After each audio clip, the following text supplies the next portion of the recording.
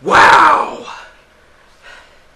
I know that's a lot different from how I usually open my videos, but wow! Well, anyway, I'm shintigercurl, that dude in the straw hat, bringing you yet another wrestling review. And of course, I'm joined with my roommate and fellow internet superstar, Joe. Joe can't talk right now. He's been screaming his lungs out all fucking night. And why, you may ask? The most anticipated, most talked about, most hyped WWE pay-per-view event in a long time has just ended. And it was worth the hype. I got my notes.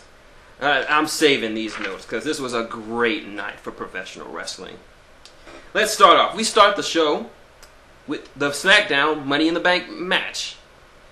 And the participants are as follows: Sin Cara, Wade Barrett, Justin Gabriel, Sheamus, Cody Rhodes, Heath Slater, Daniel Bryan, and Kane. Winner gets a guaranteed title shot against the World Heavyweight Champion anytime in the next year or so at that choosing. This was an epically awesome match. I mean, it was the perfect mix of competitors to win this match. All of them looked great tonight. All of them had great spots. Sheamus was looking beastly. Kane was a monster, wrecking everyone. Gabriel pulled off some insane 450 shooting star press, or whatever the fuck you want to call it, from an impossible angle. Rhodes was on fire. Sin Cara was great.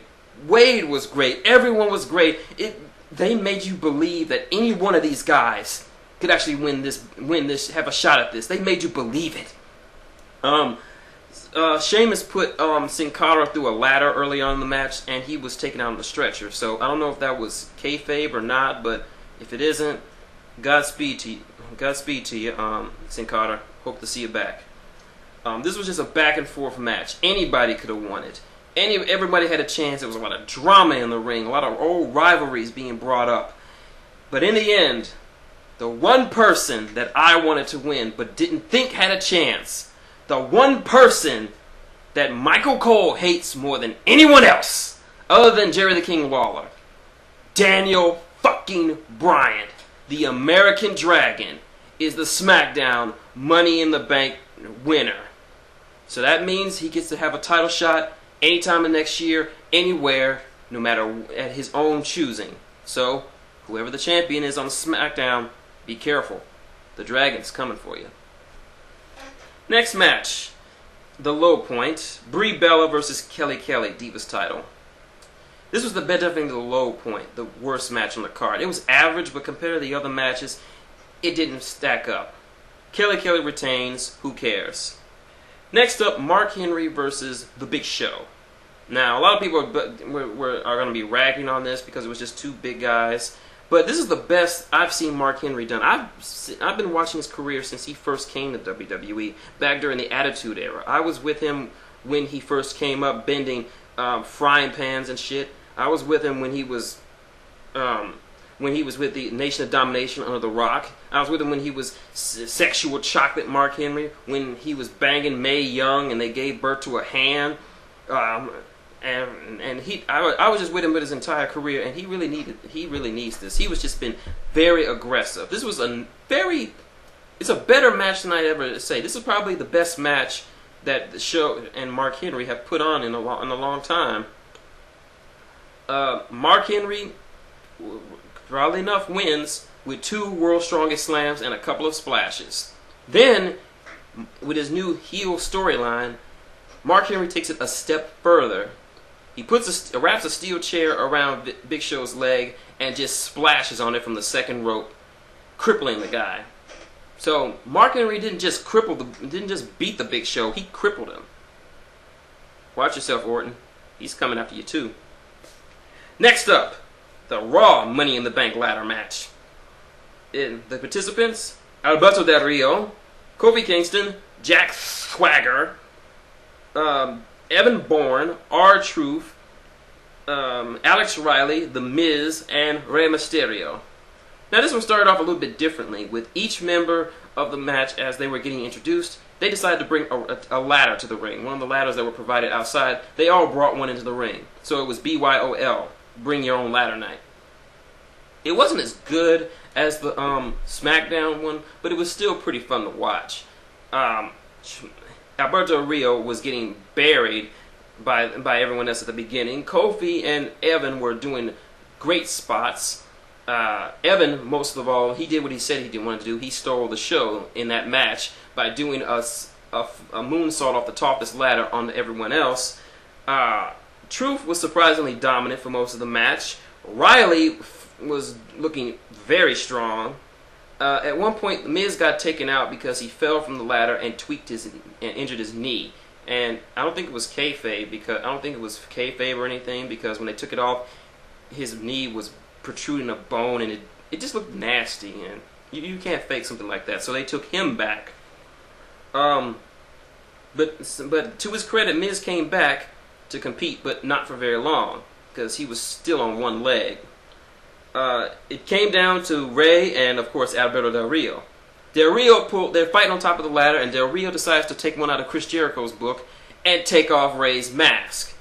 There was a messy botch at the end. I mean, this particular one was full of botches, and I think a lot of people could have got hurt. But in the end, Alberto Del Rio takes the title.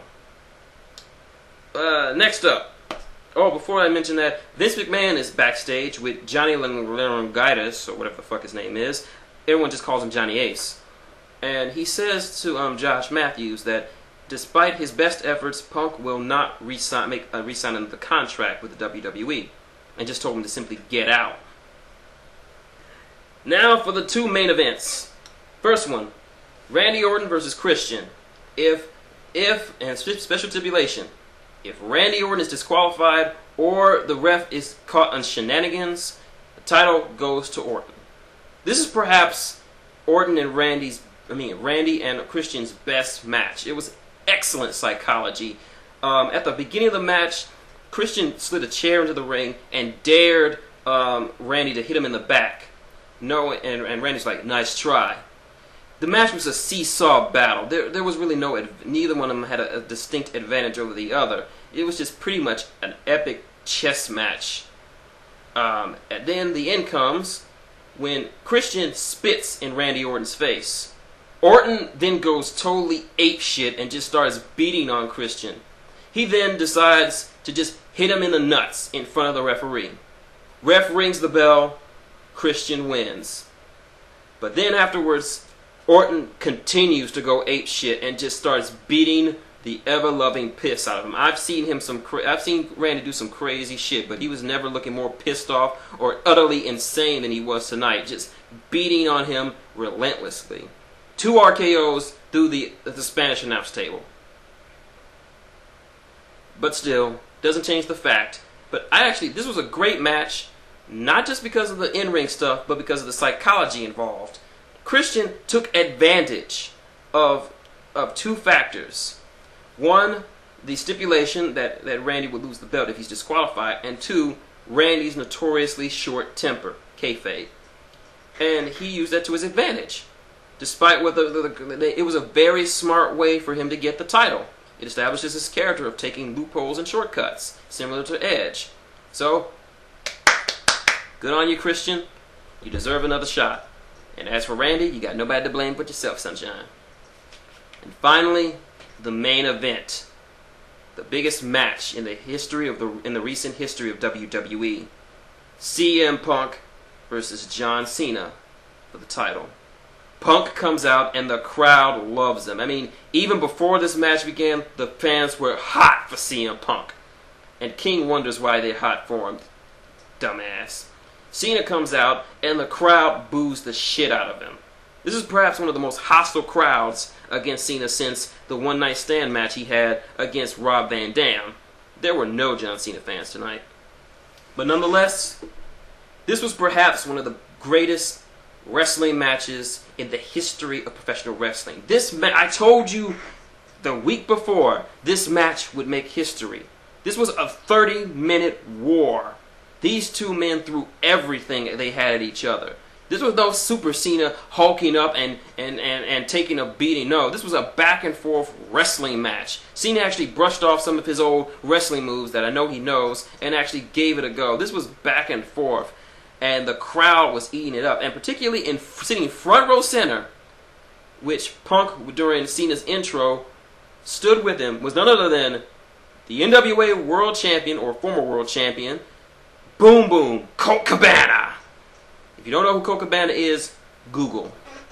But anyway, this was an epic match. I mean, I have not been so emotionally invested in a match in years. This match is better. I dare say this match is better than Triple H to Undertaker, bar none.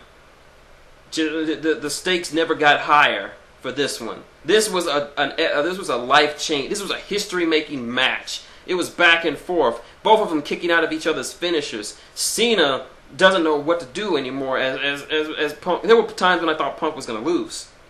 Then at one point, Vince McMahon comes out along with Johnny Ace. Then Cena locks in the STFU. He signals Ace to go to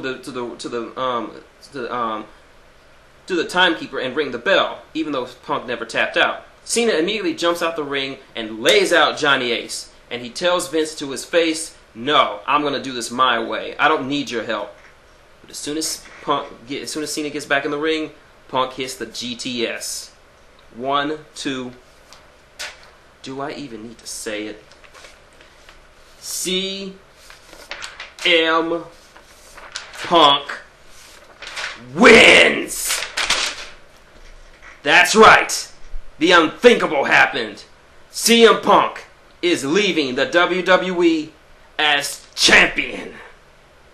But Vince, oh no, Vince isn't taking this too lightly. He goes to the headset and calls out Alberto Del Rio, orders him down there to cash in his #1 contendership title, his Money in the Bank title. Then, as soon as he hits the ring, Punk hits him with a kick, knocking him out. Punk slides out of the ring and jumps into the audience, who adore this man. And he looks at Vince and he says, "Bye-bye." And he walks out through the throng of Chicago fans while Vince looks like somebody just stole his favorite toy. And that's Money in the Bank. My thoughts? There are no words. This was an awesome pay-per-view. The only downside is that the Divas match, but other than that, the Divas match didn't take too much away from this. This is a great pay-per-view. This is an awesome pay-per-view.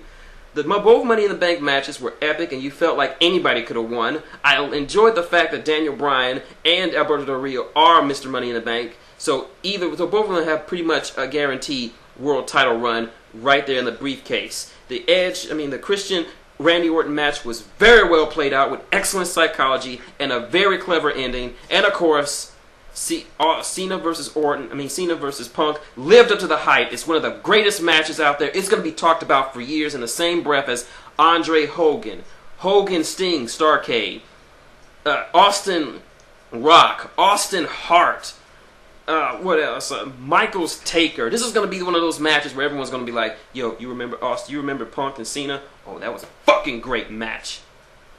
And Joe, of course, fucking agrees with me.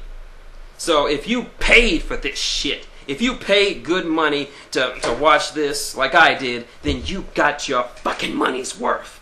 This was a great pay-per-view. And god damn it, CM Punk, you deserve to go out like a champion, like the man you are. I salute you, CM Punk, and I salute you, John Cena, for pulling off one of the best wrestling matches I've ever seen out of you in your entire career. There's nothing more to say.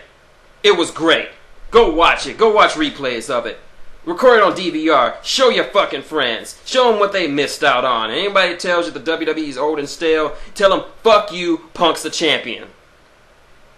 And that's my review. Tune in tomorrow night and see what kind of new world we have thanks to Punk.